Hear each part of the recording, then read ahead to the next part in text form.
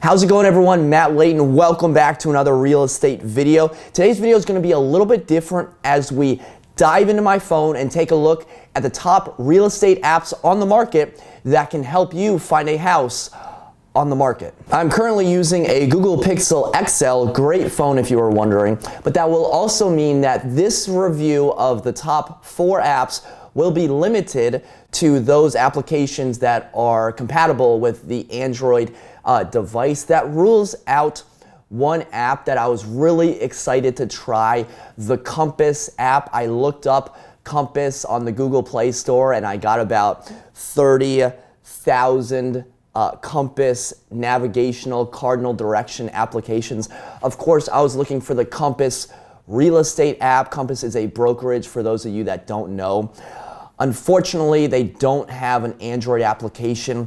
It's too bad. There's only 1.4 billion people that use Android, but it was not meant to be. All right, the first app that we're gonna be looking at, hopefully you are all familiar with it. It is the Zillow app. This is one of the most popular, if not the most popular app on the market right now, and with good reason. It works and it's easy to use. The search aspect is extremely intuitive and very user-friendly. And Zillow has been top dog in both desktop and mobile usage in the past couple years. If there's a house for sale in my area, I feel confident knowing that I'm gonna be able to find it on Zillow. Whether an agent's listing it or if it's for sale by owner, usually the first place that, for sale by owner or even consumers go is Zillow. So once I put a property on as an agent, what I like to do is go on Zillow, make sure it looks nice, maybe rearrange some photos depending on how it's syndicated, because I know that's gonna be one of the first places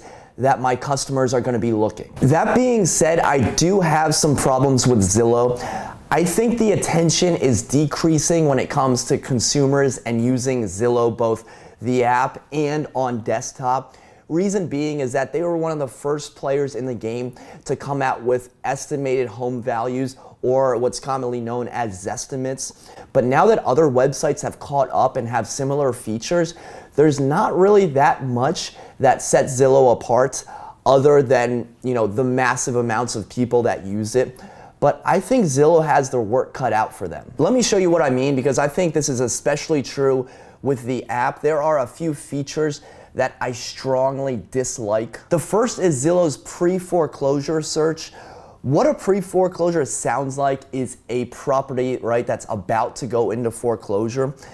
But even if a homeowner missed just one payment 10 years ago, their home will still show up on this list. In my opinion, it's a complete waste of time, it's inaccurate, and it's only there to be seen as a bell and whistle so Zillow can say that they have it and other websites don't. And this leads me to the next thing that I dislike about the app is that you have to sign in to see more information.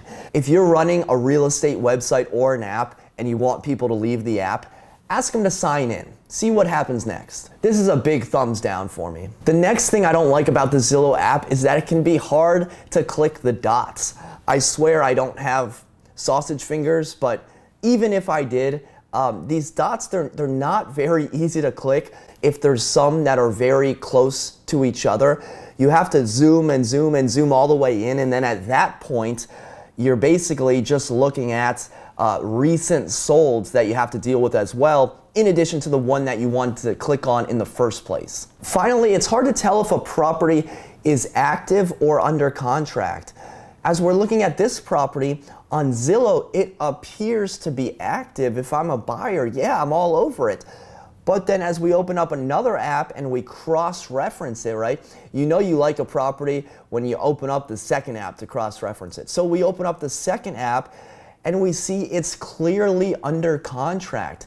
Guys, why is Zillow having properties listed as active when they're actually under contract? Why are they doing this? This is extremely misleading and it's deceptive on Zillow's part. All in all, I think the Zillow app is good, not great. They have some really good and easy features. It's a very easy app to use, but certain things like not showing a property as under contract when it's clearly under contract and promoting this pre-foreclosure stuff this is a huge turnoff for me. And I think we can find a better app out there. The next app we're gonna look at is Redfin.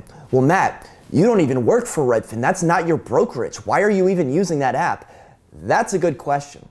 I'm using the app because that's what my clients use, and I hope my broker isn't watching this, but I like seeing what my clients are seeing. And to me, the Redfin app is significantly better than the Zillow app and one of the best real estate apps in the game. The best thing I like about the Redfin app is when I open up a property, I have all the information right there. I don't have to do any scrolling, and it doesn't take a lot of clicks to get me the information that I'm looking for. Also, for those units in the same building, they've layered it, so it's easy to look at multiple units in the same complex.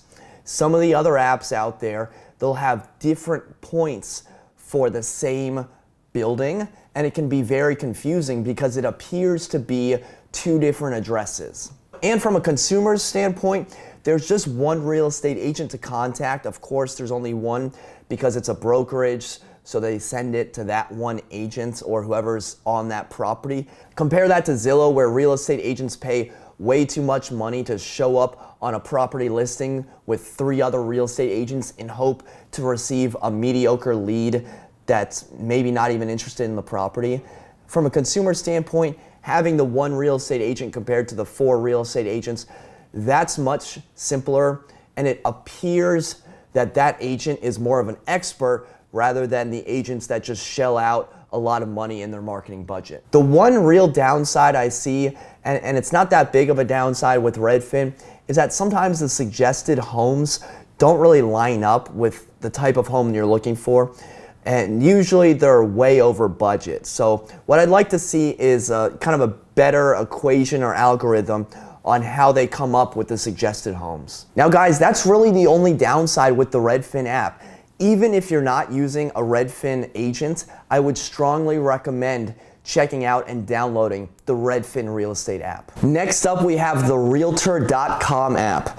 Now I will admit that this is the first app out of the apps that I'm reviewing that I did not have before this video. I downloaded it just for the video, but I've got a chance to play around with it. I think I get the idea. My first impression is that it feels like an app where a bunch of real estate agents got together in a room and came up with an app with no Silicon Valley, no tech involved. And let me tell you what I mean by that. When you open up a property, the first thing you see is who the broker is. Now, as a consumer, I don't really care about this. And then you see schedule a showing. And then on every single part of the app, you see contact agents when you have the property open. Now, it seems to me that there's a strong emphasis on contacting an agent when, guys, if I'm a consumer, show me the value. I came here to see property details. I know I can contact the agent. I want to see property details and value first, agent contact information second. Another thing I noticed is even though the Realtor.com app pulls the same property data as the other apps, it seems to be suggesting schools rather than taking them directly from the MLS feed, and I'm not sure why it does this. These 2 schools are private schools. They're both in DC. They're not even in Virginia. How are these being recommended? This is very confusing to me. I'm not sure why this is the case, and it's not exactly winning my trust over in terms of accuracy for the information inside of the app. See guys, it's the little things like this. It's not necessarily an error. It's just an interesting piece of information that's it's not false, but it's not entirely accurate. You would think that they would pull the public school records because that's what everyone does. I'm not sure why they have the private schools in there, but it's small things like this inside the app that make me second guess the app. One thing I really like about the app is it immediately shows you the properties that have dropped their price. If we look at this tiny little app, yes, it looks like this property dropped their price. It makes me want to click on the property, and as an app developer, as Realtor.com, that's what you want. You want someone to want to click on the property, and compared to a property that doesn't have the arrow, I feel more inclined to click on one that appears to have dropped their price. That's when the pricing stops, because when I do click on the property, it's very difficult to find the property history. This shows me what appears to be previous times the home was sold, although it never actually says that. But there's only one spot that shows the price drop, and it doesn't show the historical price drop. For example, this home has been on the market for over 100 days. Oh boy, I hope it's not my listing. And it shows the price drop, but have there been multiple price drops? And when was the property actually listed? Am I supposed to take today's date and subtract by 100 and something? I don't want to do that. I want them to say the exact date the property was on the market for. And one last thing is, I don't know if this property has been relisted, if this is the first time on the market. What if it was on the market last year and didn't sell? That's information that I would like to have that the Realtor.com app is not providing. Overall, it feels like an app for people that hate apps. It feels more like a mobile website rather than an app. It's overly simplistic, but it doesn't provide that extra level of knowledge or extra layer that I'm really looking for that information, like the property history or the multiple price drops, things like that. I just don't feel like I'm getting enough information from the app. In my opinion, both Zillow and Redfin are significantly easier to use than the Realtor.com and provide better value for the consumer. Now that we've covered the 3 other real estate apps, we're gonna take a look at the best real estate app on the market right now, and that is Homesnap. Yes, Homesnap. Never heard of it? It's a newer app. It has a smaller market share. It only has around 1 million downloads on the Google Play Store. To give you an idea, Zillow has between 10 and 50 million. So why should you give the smaller guy a try? It's quite simple. The app is better than Zillow. Zillow lost all their steam when the Redfin mobile app came out and when home buying switched from desktop to mobile. Yes, people still use their desktop computer to find houses, but more and more the search is starting on mobile, and Redfin destroys Zillow on mobile. And compare Redfin to Homesnap. Homesnap has a significantly easier user experience.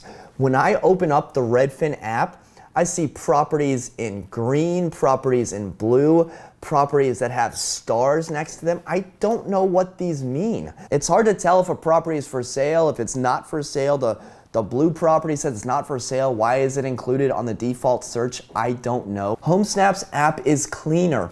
It immediately tells me that green are for sale, purple are the open houses. The other apps, they have the prices on their maps. That just looks clustered. It's not clean. It's not easy to use. It's hard to click on those individual listings. At Homesnap, it's much easier to find a property and it's much, much quicker. And when you open up a property listing, you immediately see the property's history. This is the most important information that I want to see. It's right in front of me.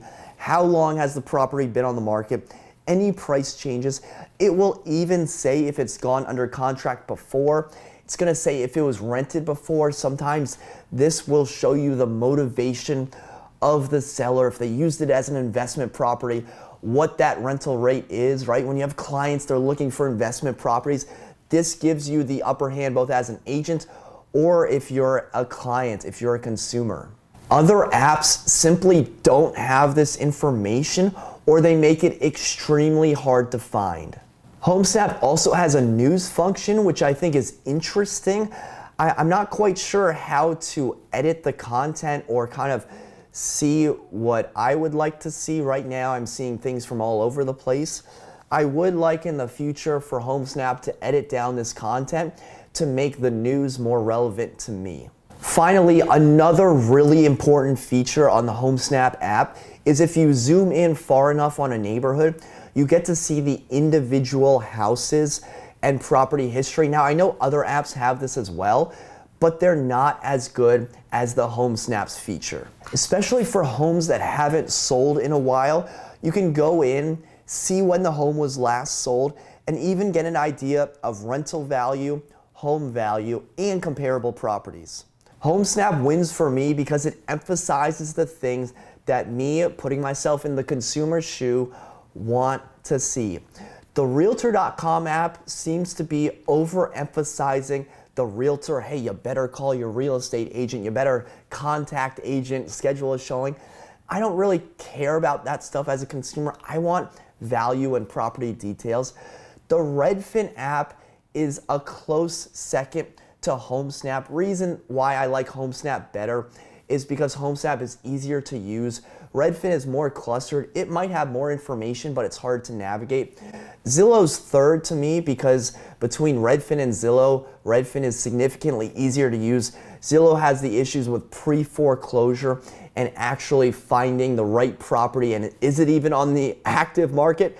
Nobody knows. It's probably under contract. Too bad, you're too slow because the Zillow app is terrible. So my final rankings are: in fourth place without a medal is Realtor.com. The bronze goes to Zillow. Silver goes to Redfin. And my gold medal, the best real estate app for 2018, go ahead and download it right now, is Homesnap. Guys, I would love to hear your honest opinion and thoughts. If I missed any other apps, or if you think one of these apps is better, if you think Realtor.com is better, let me know. I guarantee you, you won't have that opinion. One other thing is I also have the Pro feature of the Homesnap app, so maybe I'm getting features that the regular app users aren't getting. I don't really know. What I do know is I love the Homesnap app. I use it every single day, and I strongly encourage you to add it to your repertoire or to even make it your number one seed for real estate apps. So thanks for watching this video. Until next time, create a productive day. Take care.